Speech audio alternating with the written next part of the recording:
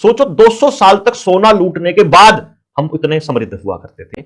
सोने की चिड़िया भारत में इसलिए बोला जाता था, यानी हम दुनिया की सबसे बड़ी इकोनॉमी थे 1860 में। मतलब गेहूं लेकर के 20 रुपया किलो और आपको वो 180 रुपए किलो वापस दे रहा है। जो पूरी दुनिया पर कब्जा करने का खेल चालू किया, ये पोप ने किया था 1492 में पेपल बुल के जरिए। पेपल बुल देकर के उन्होंने वास्को डी गामा को भेज दिया अमेरिका और कोलंबस को भेज दिया इंडिया। उन्होंने कहा कि पुर्तगाली उधर चले जाओ, डच इधर आ जाओ, आधा आधा बांट लो पूरी दुनिया को और सारी दुनिया को ये कहो कि तुम अब हमारे अंडर में हो और जैसे हम कहेंगे वैसे चलना पड़ेगा। ये लोग असल में समुद्री लुटेरे थे। जो रॉथस्चाइल्ड और रॉकफेलर फैमिली है, ये पुराने पायरेट्स की जब आप कहानी सुनोगे ना तो इनकी फैमिलीज उनमें से थी। तो जो भारत जो था 1860 की बात बता रहा हूं, कब? ईस्ट इंडिया कंपनी के आने के 200 साल बाद। ईस्ट इंडिया कंपनी 1600 ईस्वी में आई, 1860 में आईपीसी आया था, इसलिए बोल रहा हूं मैं। आईपीसी और पुलिस और जजेस ये 1860 में अंग्रेजों ने बिठाए थे अपने देश में।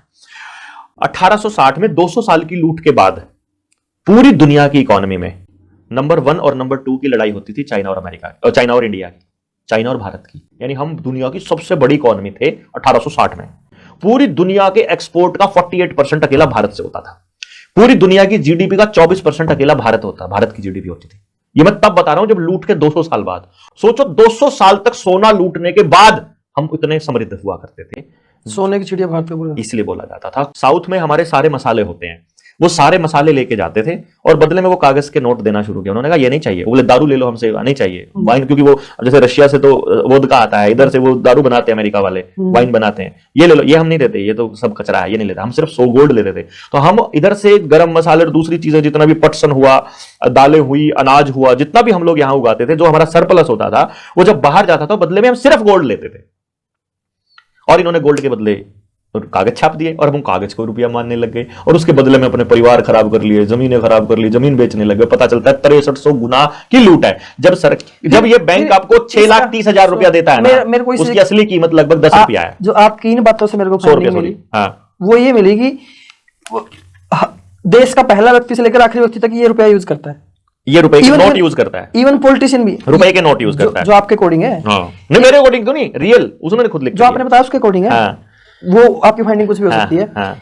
फिर पॉलिटिशियन भी इसी को यूज करते हैं, बड़े बड़े जो उद्योगपति वो भी इसी को यूज करते हैं। तो फिर इसका जो एंड यूजर है, जो इसका फायदा उठा रहा है, वो कौन है? फिर मैं वही पूछ रहा हूँ, इंडिया के अंदर इसको छाप रहे हैं।